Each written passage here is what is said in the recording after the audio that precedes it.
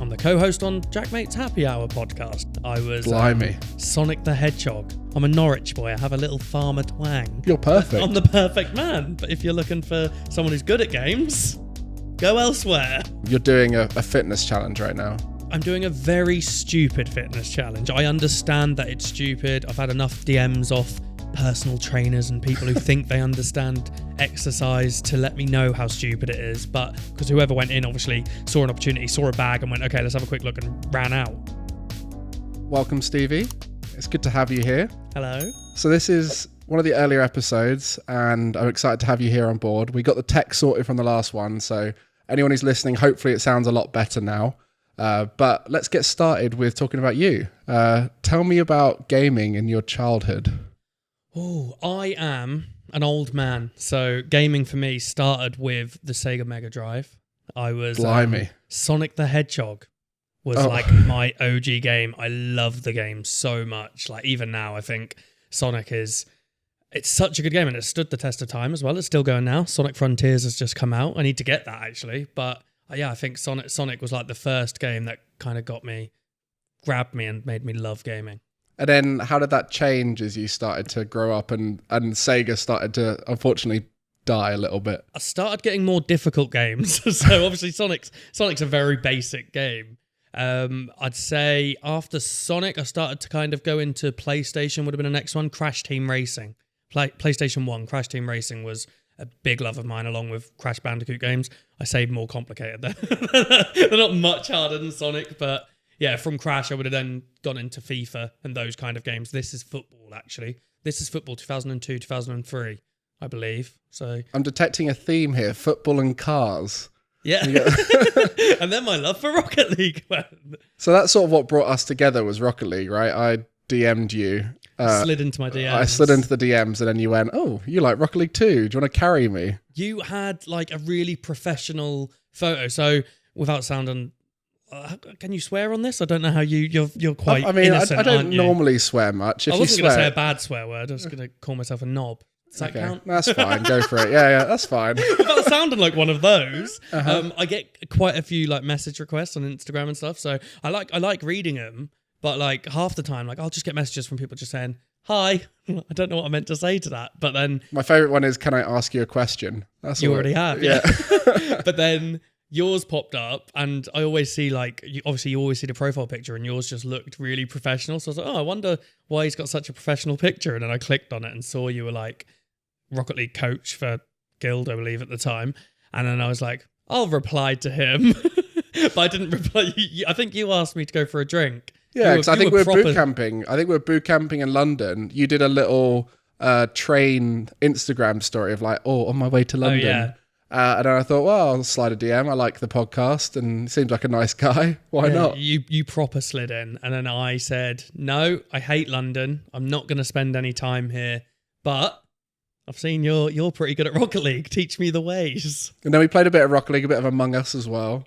Yeah, we went for a long slog of Among Us. Yeah, that was fun because that was when I was streaming it a lot as well. So I felt like I was smurfing in the Among Us lobby with you guys a little bit. Yeah, a few of us weren't the best. I was all right, I think. Yeah, you were solid. You were hard to read. There were definitely a few people in there that just didn't really care that much, but they were happy to play. There was the classic, okay, yes, it's me moments, which we had quite a lot of. Jack was really bad for that. I used to hate playing Among Us with JaackMaate.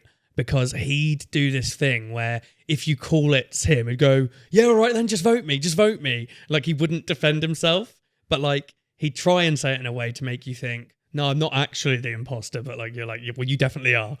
Yeah, then with Rocket League, we played a lot of that, and now you're streaming quite a lot of Rocket League. Yeah, I'm getting all right at Rocket League. It's hard to say that I'm good at Rocket League to you, because in your mind, I'm not.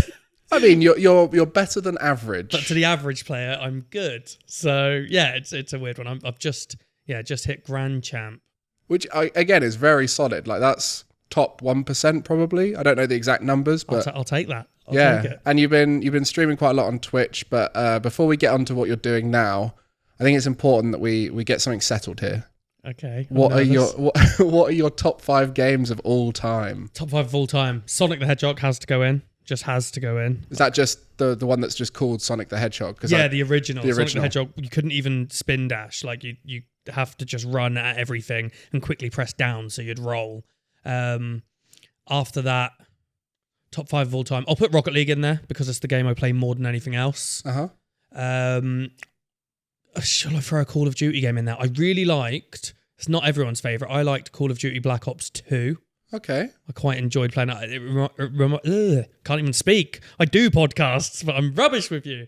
I liked it during uni. Like, it got me through quite a lot of bored times at home. So, Call of Duty Black Ops 2.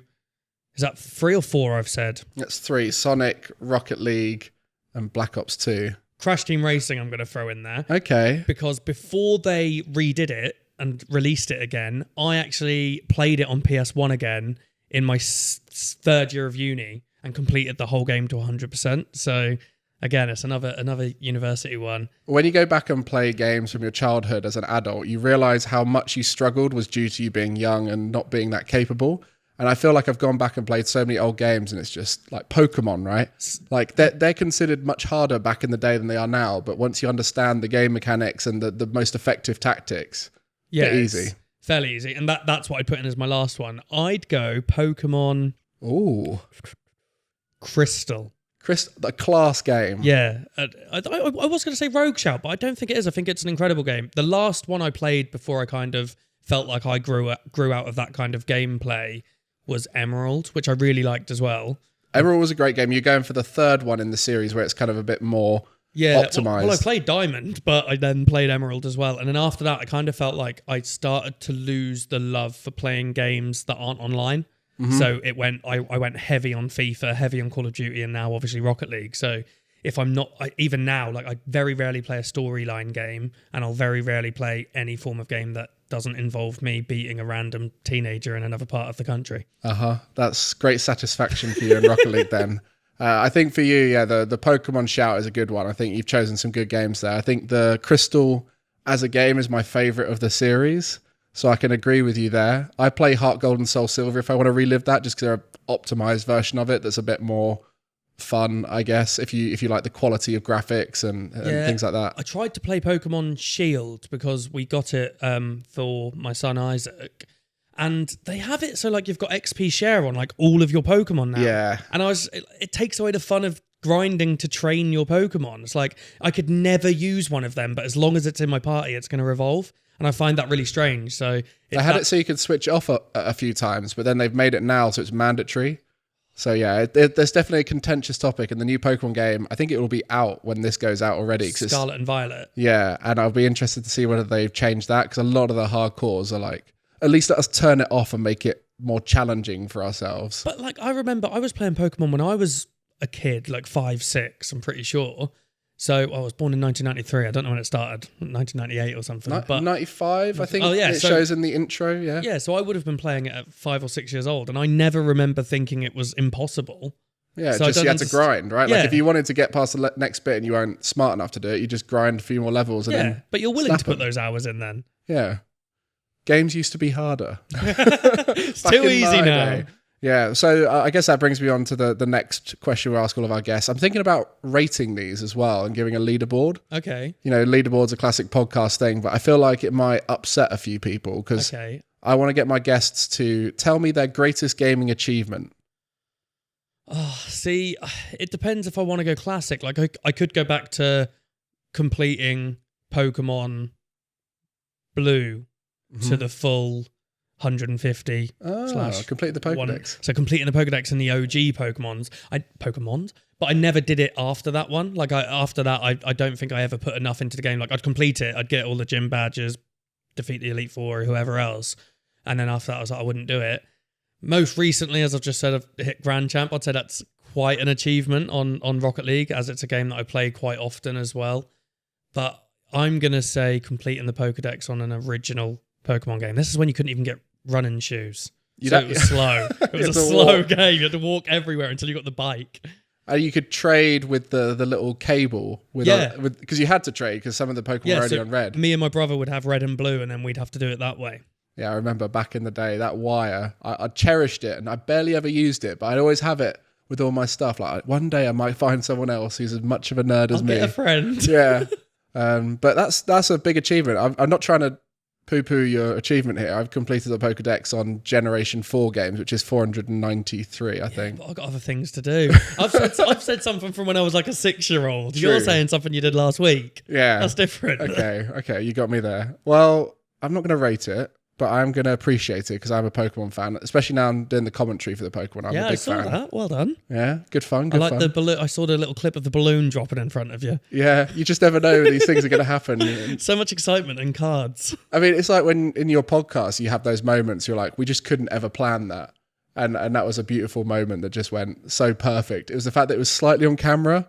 And when we were on camera as well, like we're not normally on camera. Most of the time you're off camera. Yeah. So the fact that it switched over at that time. But anyway, we're getting sidetracked here. So Pokédex is your greatest achievement. You didn't mention your Crash Bandicoot 100% again. That was something. Yeah, but I mean, again, I feel like I did that when I was 21 years old. And I think it's not the most difficult game in the world. So it's relative to the age at which you achieved it. Yeah, like completing a Pokédex at 6, 7 years old or whatever is a big thing. But I think if I went back and did it on Red and Blue now, I just know that I could do it. You just Google I wouldn't it feel as well. like it's... Yeah, exactly. Just find out where they the are. walkthrough books and everything. I remember, actually, this is an achievement. I remember memorizing the exact walkthrough. Is it Mount Moon? Is that what it was called? Mm-hmm. I remember memorizing without using Flash how to get through without ending up in any trouble.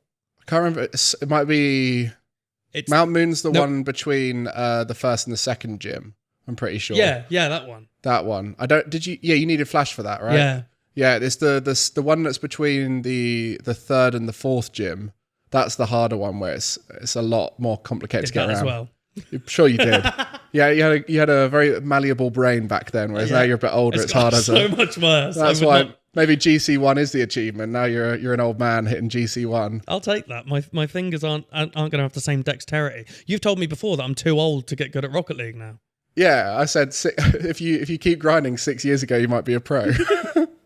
But yeah, so that's your gaming achievements, your childhood. Was there any other games that you feel like in your childhood that influenced who you are now in terms of what you do for a career or anything like that? That's a big question. I think I'd say it's more the competitive side of me. So when I started to realize you could play games, it wasn't just online. Back then, it would have been without being able to play online. It would have been FIFA, would have been huge with playing against my friends and my brother, and it gave me that kind of competitive edge. And I hate losing, but also I hate losing enough that I want to learn to get good at something. So I don't necessarily grind. Like on Rocket League, I think I'm on 700 hours, which I don't think is drastically high for someone at Grand Champ 1, but I think it helped me get a bit of a natural ability in games early on. Mm-hmm. I definitely think, especially a game like Rocket League where it's very spatial awareness based, I think if you've been a gamer your whole life, you definitely have a bit of an advantage in it. Yeah, it's a very hard game to just pick up. The amount of people that have said that they don't like the game, but in reality it's just because you haven't put more than an hour into learning how to hit the ball. That's the hard bit at the start, is it just hitting the ball? I remember the first ever time I played it was we were going out on a night out in Bristol and my friend was like, oh, this new game's just come out on PlayStation and it's free to download. Let's play it. And we just played it as like pre-drinks. And anytime the ball went higher than the ground, I'd be like, where on earth has the ball gone? I wouldn't have a clue what to do. So it's mad now I've never done the training or anything. So it's weird to think that I've just been doing it the whole time. And eventually I got to a point where I was like, oh, I can jump and hit the ball now. Oh, and then I can fly. And now I just need to start learning how to do good things like flip resets and stuff. A long way off from that now. Oh, wow. No, I mean, you've definitely improved. Like you went over to PC and you improved a lot there now that you're a streamer. Yeah, I'd never joined the debate of what's better, Xbox, PlayStation, because I had an Xbox 360, then I had a PS4. Like I jumped between them all. Loved games like Gears of War, actually. That was a big love of mine. And Halo 3. And they're Xbox exclusive, right? Yeah, so back then they were my games. And then I went over to PlayStation when a new Call of Duty came out at the time. I think it might have been World at War or something like that. But it was, it's weird. It's so strange to think like how many hours I've put into something now, but never feel like I've properly tried. But I also want to be good. Mm-hmm. Like it's really frustrating me that I'm like, please make me better. That's why I replied to you. I was like, please make me better at gaming. Well, you were about Champ 1 when we first started chatting. I think, Maybe even Diamond high 3. diamond, maybe high diamond. So I've progressed. That's not drastically though, is it? No, you're now too good for me to play with you on my no boost account. Yeah, but not good enough to play with you on a normal account. On my main. So you're stuck in that you got to go alone phase now. Yeah, I'm glad I'm better than your Nobu now though. That was a frustration. That was a frustrating thing. It was annoying to think that you were good, the same level of gaming as me without the main aspect of the game. Yeah, so I had boost unbound on my controller, so I couldn't even do it if I wanted to. Without boost, I'm nothing. I speed around and steal every boost. I'm trying to think what that would be like in, say, a shooter game. It would be like not being able to, I don't know. Only using your pistol. Yeah. Like every time you shoot, it only shoots once. You don't have the... Yeah, like, no rapid fire. No rapid fire. I don't know. There's something in there for someone out there to try and let us know what equivalent would be in other games. Not being able to run. Like yeah, I guess so. A lot of, if you had to walk everywhere in a shooting game, how difficult would that be to get away? Yeah. That's you're taking away movement from yourself in that game, and a big part of it, or not being able to climb. Like you could run around, but you couldn't climb up on top of things. Yeah, because I can still move fast without boost, but I can't fly, which is such a big aspect of the transition you've had now, where you've got into that everyone can fly part of Rocket League, and it's no longer a grounded game. No, the ball's in the air for most of the game now. Yeah, well, Rocket League for you is your mainstream game. You started streaming, what's it, about a year and a half ago now? Yeah, just over a year and a half. How's that been for you, being a streamer? It's weird, because I still don't... I still wouldn't class myself as a streamer. If someone asked what I do, first and foremost, I'd always say a podcast. So I'd say I'm the co-host on JaackMaate's Happy Hour podcast, but I'd never say I'm a streamer, but I would say, oh, and I stream on Twitch. So, yeah, it's a weird one, but I don't know if I'm fully into it yet. Like, I haven't been to TwitchCon or anything like that, and I don't really have many streamer friends. Yeah, it's tough because I'm in a similar boat where I do stream on Twitch and it does well and everything like that, but I don't look at it as my job. It's sort of a thing to do in the gaps. It's like one of the many aspects of a job. And I feel like if it is your sole job, it's a scary place to be because it's so inconsistent, right? Yeah. Yeah, I'm nowhere near the size of streamers who could actually, like, I couldn't make it my sole income. So I guess it depends on the size, but it's also how do you grow? Like I'm doing so many things. Like I come to London so often and stuff like that, and I find even taking a couple of days off streaming, you lose some of your audience. You've got to grow them back every time. So if I want to take a week off, I think any streamer who wants to take a week off might realize that when they come back, people aren't there because people's brains just go, I need something new now, and they'll find something new, and that something new might be better than you, and most something news are better than me. So, well, it depends on what they're looking for, right? If they're looking for a GC1 entertaining Rocket League streamer who gets a bit annoyed at their teammates, you're perfect. I'm the perfect man. But if you're looking for someone who's good at games, go elsewhere.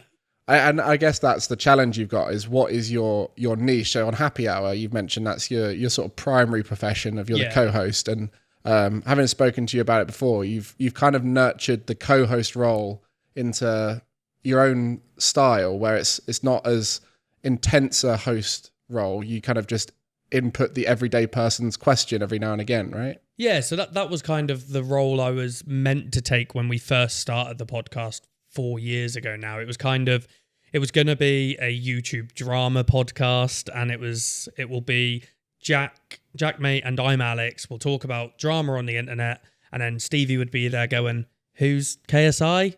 Obviously I knew who he was, but like I'd be the one to ask the everyman's question. And now even though we're now getting massive guests on and big celebrities and stuff, I'm still very much there to ask the questions that maybe the viewer might want to know. And I'll just kind of be there ticking, thinking, oh, this is interesting, but it probably doesn't matter. But what's this all about? So I might ask the odd stupid question, but I think it's what the audience will want to hear as well. And you've had some crazy guests on there. You've had everything from massive internet celebrities all the way through to traditional celebrities, the ones that our parents would know.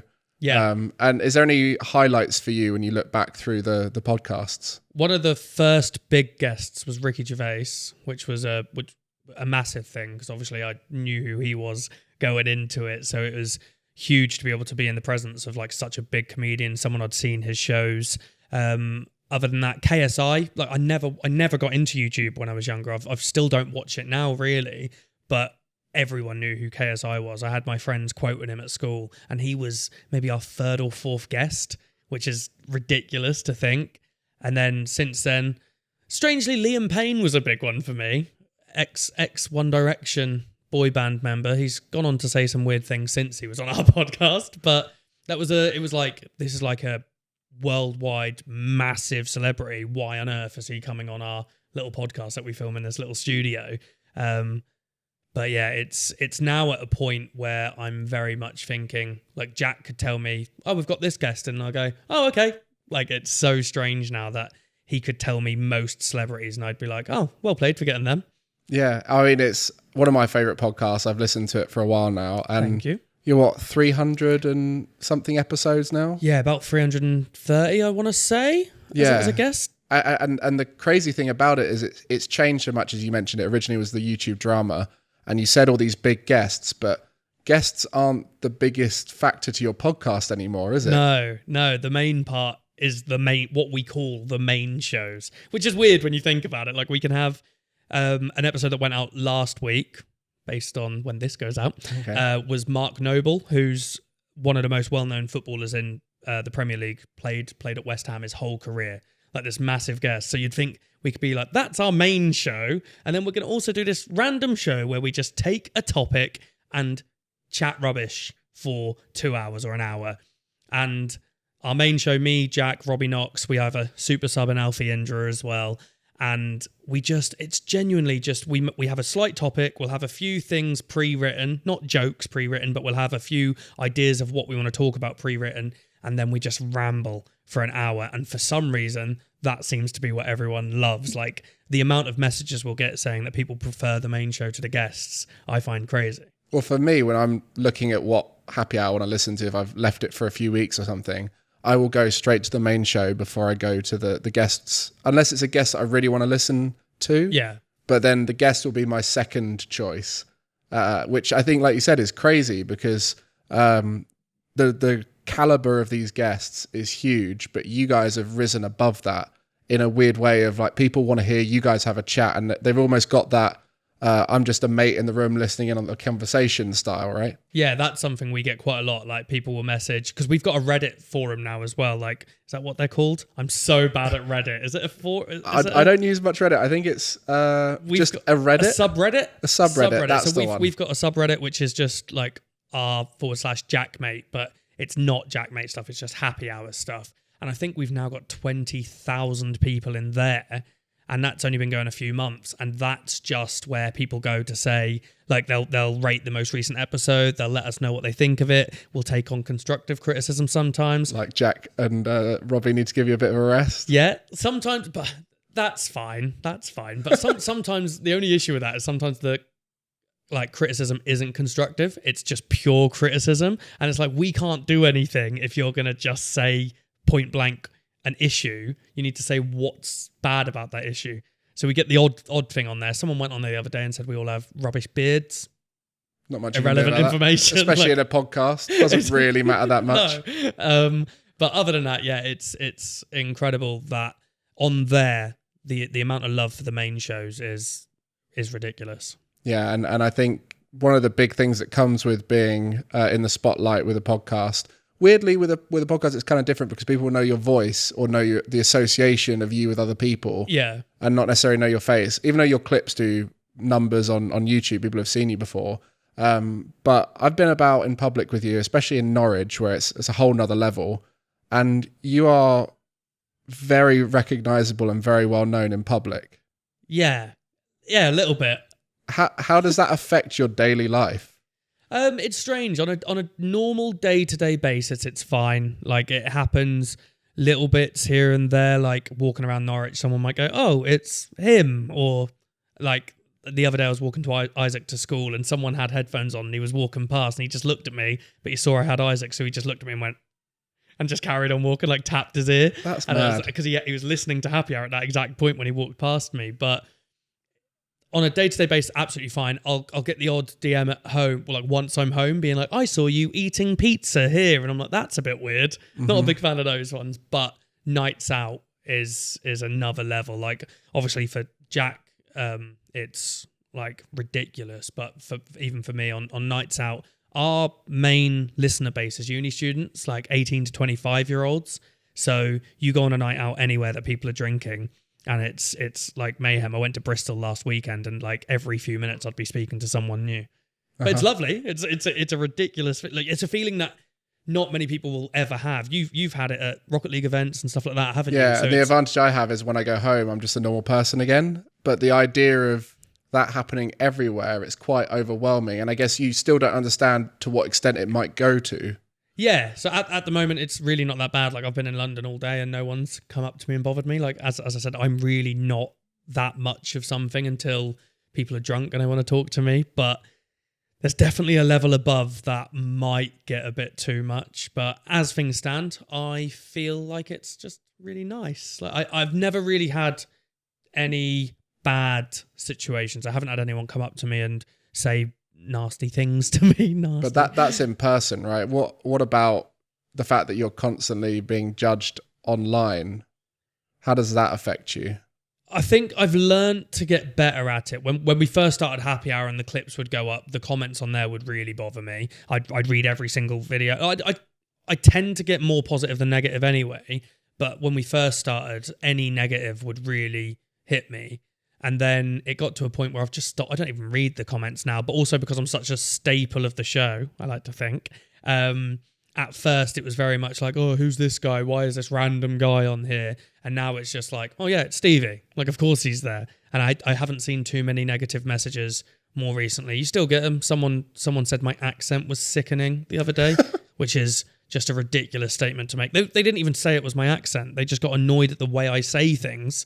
But that's just because of where I was born. I'm a Norwich boy. I have a little farmer twang. But some people you just can't please.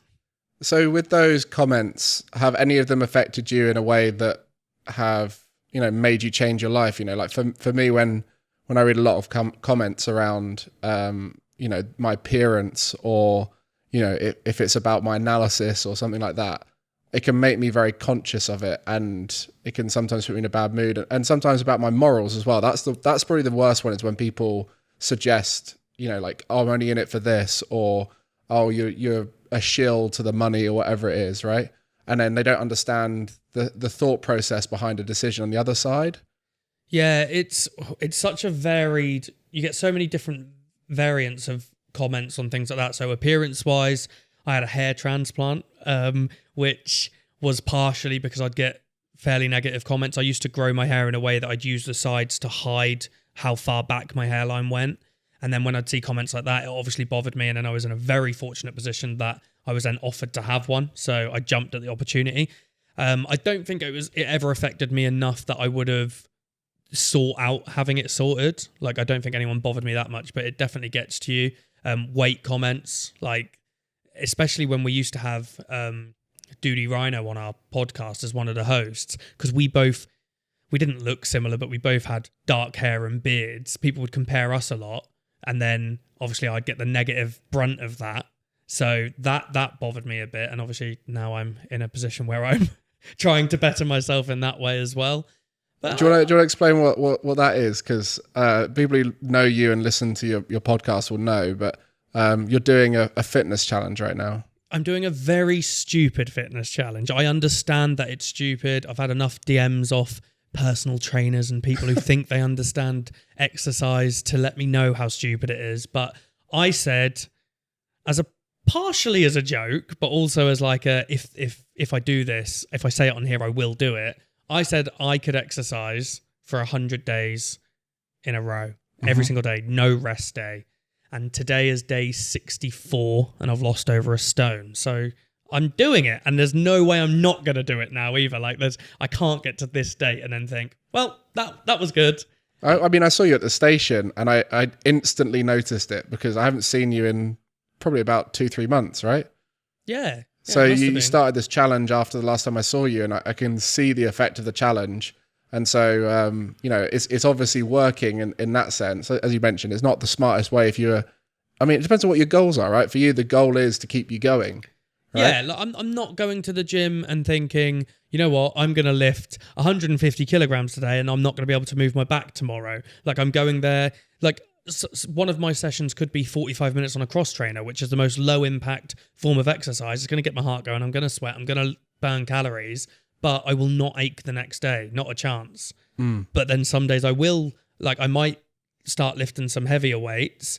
And then the next day when I go in, I might just go on the cross trainer. So like, there's never been a day where I've gone in and thought, I can't move my legs today. Like I can't do this today because I'm playing it safe, but I'm doing enough to lose the weight that I want to lose. Yeah, and keep it up. We'll find out how that goes because it's Christmas is the final. It's the World Cup is going to be the issue. So the World Cup has started now, and that obviously, the longer England stay in, the more opportunities I'm going to have to drink, which will be a big thing for me because I've only drank once in this whole challenge and I hated it. Like the drink didn't react well with me. Like I got drunk, but it like I started getting stitches because I hadn't touched fizzy drinks for 60 days. So it's like it really didn't go well with me. So now my brain's thinking, is there any point of drinking? Which is a weird thing that I never thought I'd want. That was never part of the plan, but water is my life at the moment, which is another strange part of the challenge.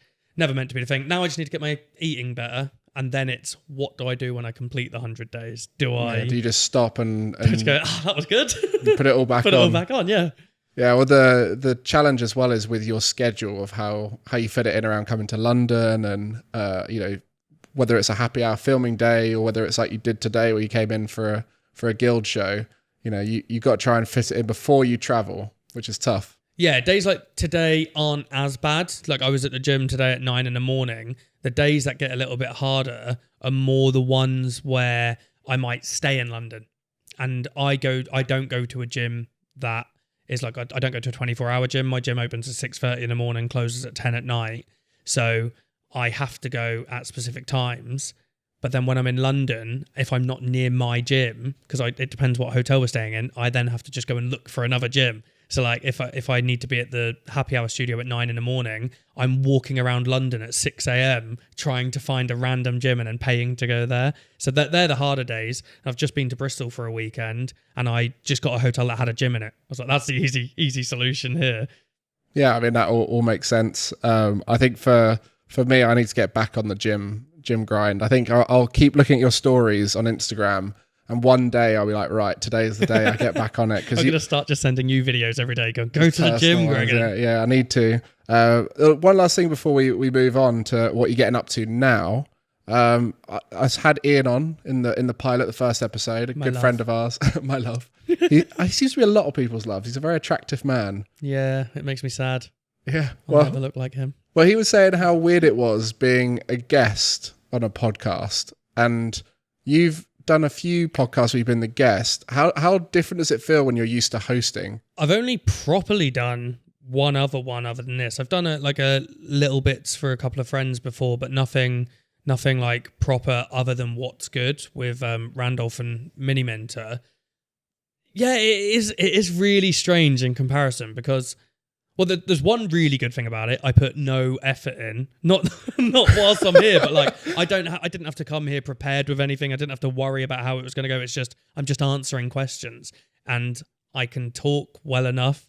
Occasionally, stumble over my words, but like it's not exactly a difficult thing to just answer questions that are given to you, unless the question is ridiculous, which is obviously something as a podcast host you wouldn't want to give. And if you are going to, you tend to wait till the final question of the pod, and then we'll see. Then at the end, I'm going to go, this is rubbish. Why am I here? But other than that, yeah, I think it's nice. It's definitely a different level of comfort, though. Like it's with you, it's kind of fun because we're just friends anyway, so I don't have to worry too much. When I went to What's Good, it was a bit like I'd met Randolph and Simon before, but it was a bit like, oh, is this going to be natural? Is it going to be awkward? But I had so many messages after that saying how much people enjoyed it. So I think I'm okay as a guest. I apologize if anyone watching this hates it. Well, for you in the future, are you going to be doing much hosting, maybe in person, any shows, that kind of thing? Because I know for you do the guild shows and you've hosted various things and you're starting to build up that repertoire of non-podcast based events. Yeah, I guess it's just trying to put yourself out there. I haven't actively tried to look for jobs with that just because I know how well Happy Hour's doing. Obviously, I've also got the contract with Guild, and then outside of those things, I need to do the streaming. So it's trying to find the time to do everything. And I believe last week we announced that Happy Hour is going on tour. So that's the biggest thing for us at the moment. So that's huge. And that's where my brain is currently fully focused on, because we're doing 12 venues over, I want to say 16 days. And the smallest venues fits 800 people. The biggest venue fits 1,900. And that's in Bristol. So we're doing Cardiff, we're doing Edinburgh, we're doing London, Shepherd's Bush Empire, which is mental. We're finishing in Norwich as like a welcome home thing. And that's taken up all of my mentality at the moment. I'm just thinking, let's get this done. Let's plan something big, create a really good show that people want to enjoy. And I'm sure you'll come along and see it. Oh, 100%. I'm very excited for that. And I think with the idea of a tour, it's been in the running for a while, isn't it? Yeah, it's really weird. We've had so many ideas on Happy Hour where we've just said, you know what, we're going to do this. And it's just never kind of come into fruition. Like even merch. We've been doing Happy Hour for 4 years. We've never released a piece of merch. So I mean, Jack has the problem of the moment he releases merch, there's going to be people commenting from the old days. Jack's ruined merch for everyone. Like I couldn't even release my own if I wanted to. Not that anyone would want to buy it, but if I ever wanted to, it'd be under such scrutiny. Because if it's not that good, Jack would have to tell me. Because if not, people go, why aren't you telling your mate that his is bad, but you were happy to say this? So it's a really weird one. But I hope we will do something at some point. And then, just if you're up for a tour of a potential absolute mess of a show, come and watch Happy Hour live. That's surely going to sell out almost instantly. We've been very good people and kept the tickets quite cheap as well. We were asked how expensive we want to make them, and it basically boils down to the more expensive you make the tickets, the more money you're going to make. So this is how great we are. We thought that it didn't feel right. We looked at other podcasts, we saw how much they were selling their tickets for. They could sell them between £35-40, and we went, that sounds great and a lot of money, so we've decided to do ours for £19.50, which is hurting my bank. I mean, I guess for you guys, you just want to get it done and you don't want anyone to feel like they've been ripped off. So there's a little bit of like, well, let's just make sure it's good before we start charging lots of money. Yeah, I don't think any of us have the mentality that we'd want to charge a lot of money either. I think we've always said on the show how we kind of want to treat things with Happy Hour. We wouldn't want to suddenly release like an £80 piece of merch either, even though obviously you pay for quality, but it just doesn't feel right. And especially at the moment, how the world is, it doesn't feel right to go, yeah, I know you're probably struggling and it's Christmas time and you want to buy presents for people, but why don't you also shell out £60 for an absolute mess of a show?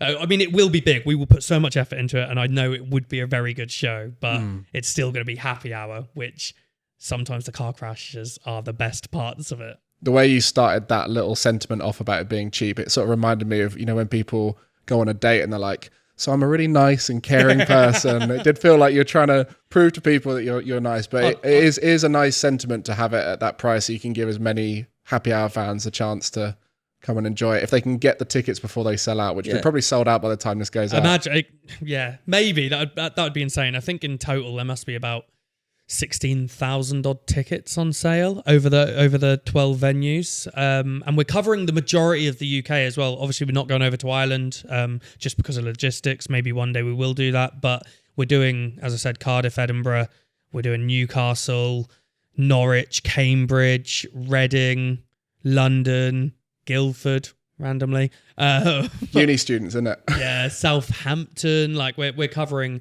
a lot. Bristol, as I said, so we're doing a lot there, and hopefully it will sell out. It's a scary thought. Like, I think we're going to put on a good enough show that it should sell out, and we definitely have the listener base to sell it out as well. But you don't know until you put them on sale. And at the point of recording this right now, we haven't put them on sale yet. So you're getting a nice little first time talking about it. Oh, well, very, very much thank you for that, because I'm sure the listeners on this will be rushing to the webpage to get their tickets.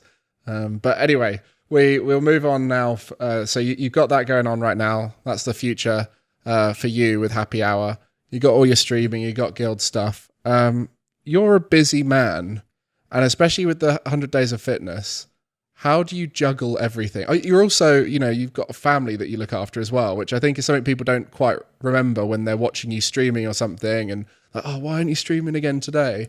You have a lot on your plate. Do you find it possible to juggle all that? Because I've always admired how much you do. Yeah, so, some weeks are really difficult. Like we're currently doing the 12 pods of Christmas for Happy Hour, which is we release a new guest episode every other day of December. So at the moment we release Mondays and Thursdays, main show, guest show, but we're essentially doing an advent calendar, 1st, 3rd, 5th, 7th, and so on, a new guest every time. We've already filmed until the middle of December, but the way we've been doing that is by coming into London multiple times a week.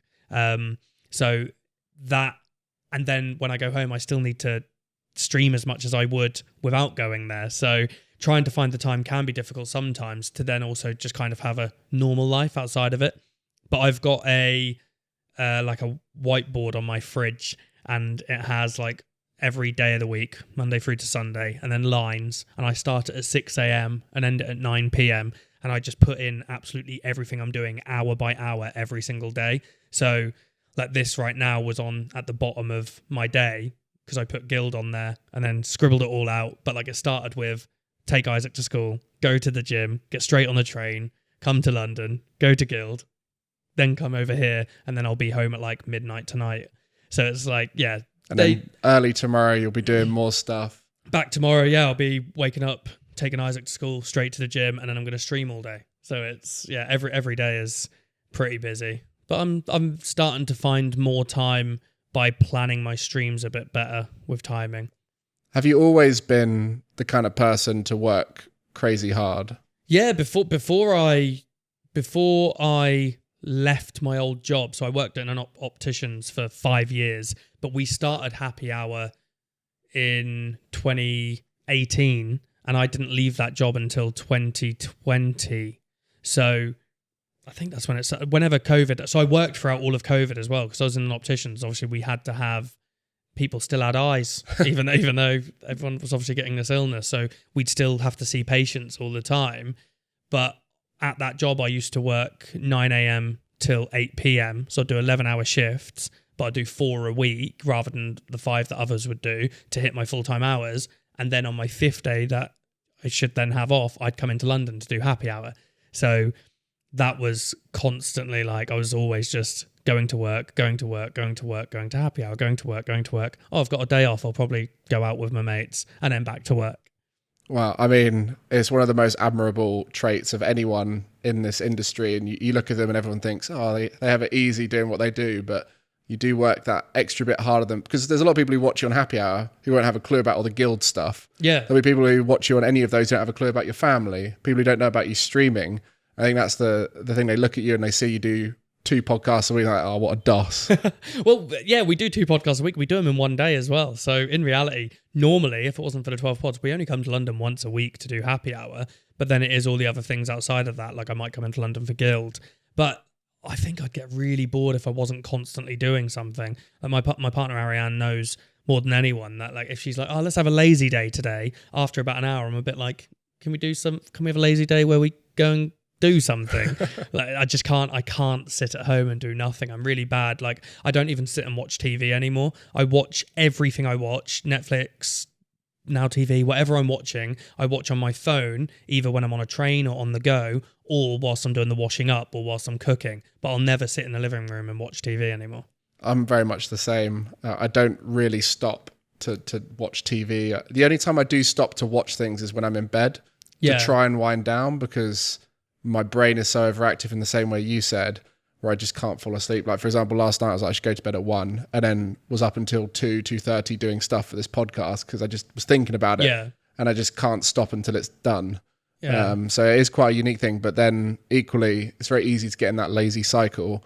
And part of the challenge, the 100-day challenge you've got going on, that keeps you on track and makes sure you don't miss a day. Yeah, I think that's changed my mindset tremendously, because like before I might take Isaac to school, get back to mine at 9 a.m. and maybe stream then, but I might finish stream for lunch and then for the rest of the day think, oh, I don't really need to do much. But now I'm planning my life around going to the gym, because I'm such a gym lad now. It's so weird talking about it, because like I'm not like, if you looked at me, no one would go, he's been to the gym 60 days in a row. But like it feels like uncomfortable to talk about, but it's obviously such a big part of my life at the moment. But every aspect of that, as I said, that whiteboard every single day has gym on it at some point, and it's trying to find where to squeeze 2 hours in, obviously going to and getting from the gym as well. But I think having that has also made me plan the rest of my day better as well. Whereas before I might have just gone, oh, maybe I could just sit and watch a bit of TV for a bit. It's quite funny because my calendar also has gym in it every single day, but I have not gone to the gym in a good few months. And that's partly because of not being able to fit it in as an excuse of, oh, I'm working too hard, I can't fit it in. But realistically, there's always time. And like you said, that's where your mindset might have changed of, I have to do this, rather than, oh, I could go to the gym, that'd probably be good for me. Yeah, that's a huge thing where I'd always think, I'd look at my day and just think, well, I need to do this at 9, and then I'm going to be doing this at 1, and then at 6 p.m. I'll probably be having tea, and I'll just be thinking, well, no, I can't go to the gym today. But then during this, if I need to be on a train at 9 a.m., Ariane will take Isaac to school, and I'll be at the gym at 6:30 in the morning, and then I'll be on that train. Lad. Because I'm not going to have another chance. I'm not going to have another chance to go. So it's weird how much I didn't realise that I was making excuses for myself. And I think having that mentality has changed other aspects of my life as well, where like I started just streaming. I was streaming every day, but only 3 hours. And now I've started doing 5-6 hour streams again because I've just realised, like, why am I not just doing it all here? And then I can use other parts of my day to do other things. Yeah, well, I mean, it's a good lesson in there for a lot of people at home if they're listening, that just because you're not doing it doesn't mean you can't. It just means you haven't prioritised it in the right way. And I just wanted to touch on something before we close out here, because a pretty wonderful story. Well, actually, that's a harsh way to put it. It was a terrible story that turned wonderful happened to you recently around the Switch incident. Yeah, it's mad. It's mad. So we went to Bristol. Me and my partner Ariane went to Bristol for a friend of mine's birthday, a friend of yours as well, Matt Brock. It was his birthday, and I used to live with him in Bristol, so he asked if I wanted to go back for his birthday. We travel back to Bristol. My Isaac goes to my dad's for the weekend. Ariane recently got into a game called No Man's Sky. So she decided to take the Switch with her to Bristol so that she could play it on the 5-hour train journey. And then on the day we're leaving the hotel, we left the Switch in the hotel the whole time. We were only there for 2 nights. And as we were packing everything up, Ariane started to notice a few of her things had been moved, and she asked if I did it. And I was like, no. And then she realised the Switch had been stolen. So we told the hotel this, and they didn't do too much, annoyingly, but there's also not too much they can do. Reported it to police. They called us and told us they've had to close the case because there's nothing they can do. They said even if a cleaner went in, even if they can find proof that a cleaner went into the room during our stay when we weren't there, there's nothing to say the cleaner took the Switch, and they can't prove that. They can't prove that someone didn't quickly get in the room as the cleaners left. There's no way of saying someone didn't say to the cleaner, oh, that's my room, and just walk in, because they're not always going to check, are they? So obviously that was really upsetting. And then I wasn't really going to talk about it publicly. I was just like, oh, it's frustrating, but it is what it is. Ariane posted about it a bit. And then I was just really annoyed at night, and Isaac came home from my dad's, and we were like, how on earth are we going to tell him? Because he loves that Switch. Like, he plays it all the time. And it was like, how do we tell a 6-year-old that his game console has been stolen? And so we sit him down and we tell him. And like, as we even started to say it, his eyes started welling up. And I've never really seen him like properly cry. He doesn't ever cry about anything. So to see him get that upset about it was so rubbish. So then I was like, you know what? I'm tweeting about it just because I need to get it off my chest as well. And I tweeted something just along the lines of, Isaac's Switch was stolen in Bristol. There's some awful people in the world. Mm-hmm. And Isaac's favourite YouTuber, DanTDM, Minecraft YouTuber, replied to it saying how rubbish it is and just said, I'll buy him a new one. And we had so many lovely, lovely replies from people. I had generous offers from so many people basically just saying, oh, I don't use mine anymore. He can have that if he wants, which is crazy to go from me thinking there's some rubbish people in the world to then going, actually, there's some class people in the world as well. There's so many nice people. But obviously I replied to a lot of people and just said, look, we can't do that. We can't accept that. And then I spoke to Dan outside of that tweet, spoke to him in DMs, and I said to him, I was like, look, I didn't tweet this hoping someone would do this. It was just trying to get it off my chest. And I can't accept it. Like, I don't feel like I can accept it. And he basically just replied saying, yes, you can. What's your address? And I was like, okay. And I spoke to Ariane about it for a bit, and then we were like, okay, is it? I don't know if it felt right to do. A lot of people, like, someone replied to my tweet going, it's not the end of the world, just buy him a new one. Like, you're far better off than other people. And I was like, I do not have the money to buy a Nintendo Switch right now. I don't know. I think people just see people online and think they're minted. So I do not have the money for a Switch right now. But yeah, DanTDM didn't even bat an eyelid at it. Just the loveliest guy. And the next day, a Nintendo Switch arrived at our house, the brand new OLED one, the white one. I saw the clip. Even Isaac was excited over that. It's so weird. He just opened it and went, oh, it's the OLED one. And yeah, he posted it with a nice note as well, basically just saying that he hopes that makes him happy.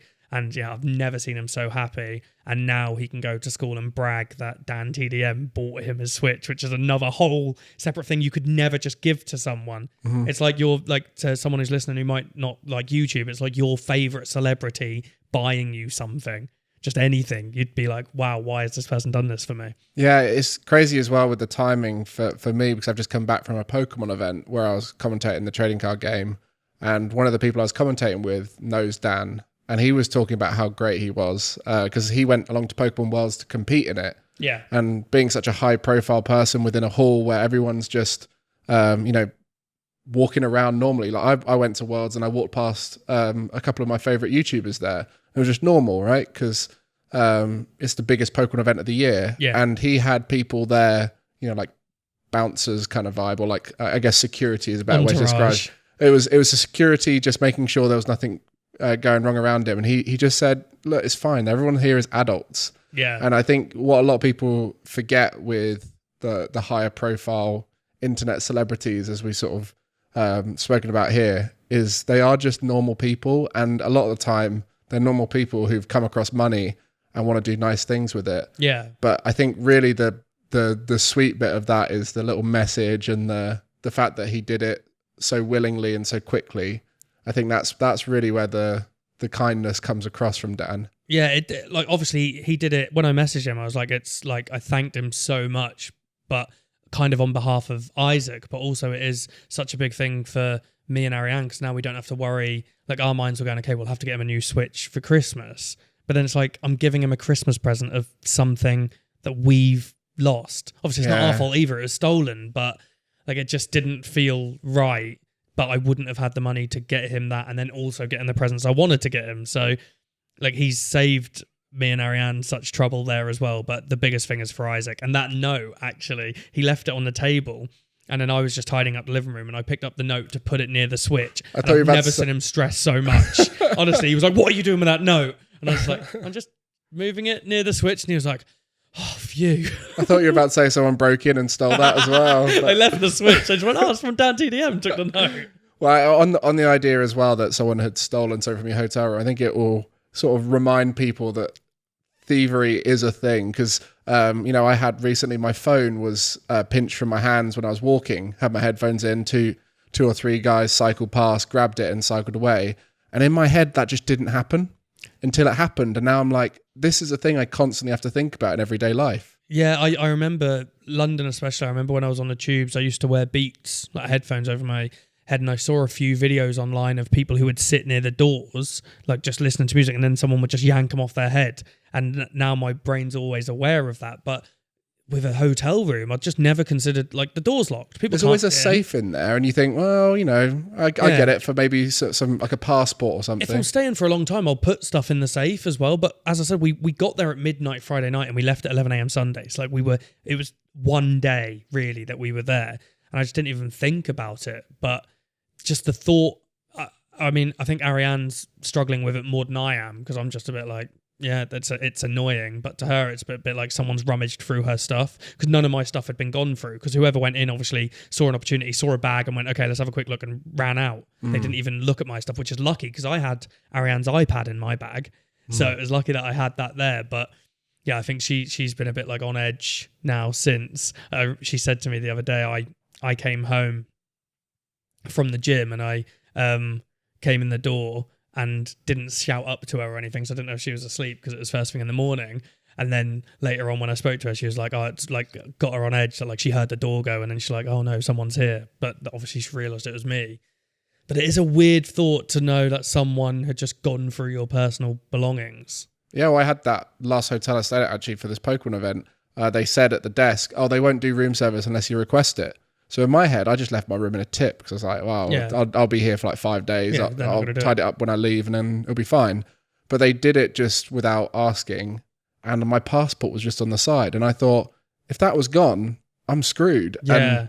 And like, that's something you'd put in a safe, right? That's something you'd normally put in a safe. But it did. And that was after seeing your tweet as well. So it did make me feel a bit more on edge. And as I mentioned, now that I hold my phone differently when I'm walking around, thanks to that incident. Yeah. So it does change your life. And I've met some people who are very paranoid about things being stolen or whatever. And now I've had that experience. It makes a lot of sense to me. Because you say that, I got this purely because I'm on trains a lot. So I like to be able to watch films, but I've got a little loop on the back of my phone. So anywhere I walk, if I'm on my phone, I'll always have my finger through it. So if someone tries to steal it, they'll probably snap my finger, but they're not going to get very far with it. Because I remember you tweeted about having your phone stolen, didn't you? Like I was tweeting as it got stolen. Yeah, little things like that have just put me on edge about it. So I'm always super cautious when I'm out and about now. Yeah, well, we all learn from these interactions, and thankfully, due to your position, you know, you're very lucky to be able to learn from it. For me, I looked at it as like, well, I've still got myself, I've still got my friends, still got my family. Yeah. Buying a new phone, yes, it's money, but I'm in a lucky position where that's not such a bigger concern as it could be to someone else, like you said, for you guys and your family. Because you actually have to support people in your family, where I just look after myself. But you've got to do a lot for yourself. So that's pretty much all we got time for. Because I'm aware that you've done me a favour by sneaking in here on your way home. You're going to be home later now because of the fact you've stopped by. So I don't want to keep you any longer. And just before we leave, I do want to say how great it is to have you as a friend in my life, and how much I appreciate you coming on so early on in this podcast's journey, and to have you as a guest is amazing. Well, I will happily come back anytime as long as I've got time. Sorry, I haven't got that long today. Oh, no, it's fine. Been a busy day, but yeah, I enjoyed being here. Thanks for having me, and thanks for being my friend. Do I do the classic, oh, it's been such a good conversation, but there's so much more we could talk about. It'd be great to have you back one day. I'll just come back at some point. I won't give you a choice. I'll just walk in going, come on then, let's do another one. And it'll probably be the next episode if I can't find anyone. But before we end the show, I always ask the same question. Oh no, that's very, very Jack there. No, What's we have the meaning of life. I guess. What does gaming mean to you? What does gaming mean to me? Gaming to me is I was going to say sweet release. It's an escape. It's a point in which you don't need to think about anything else. If you're playing the right game, you're so focused on what you're doing that every other aspect of life almost feels irrelevant. Obviously, it doesn't mean that it is, but it's nice to be able to go into a whole other world and lose yourself, or just lose your mind at games like Rocket League. But as I said earlier on, like Ariane really got into No Man's Sky, and it's deep, but the reason she got into it is that her dad recently passed away, and in the eulogy, they mentioned that he loved this game, No Man's Sky, and she'd not heard of it. So I bought it for her on the Switch, and she just got fully immersed in it. And it's crazy to think that a game can do that for someone. So gaming to me is an escape from life, but in the best possible way. Well, I'll let you escape now, and we'll close it out there. But thank you again, Stevie, and I'll see you soon. Thanks for having me.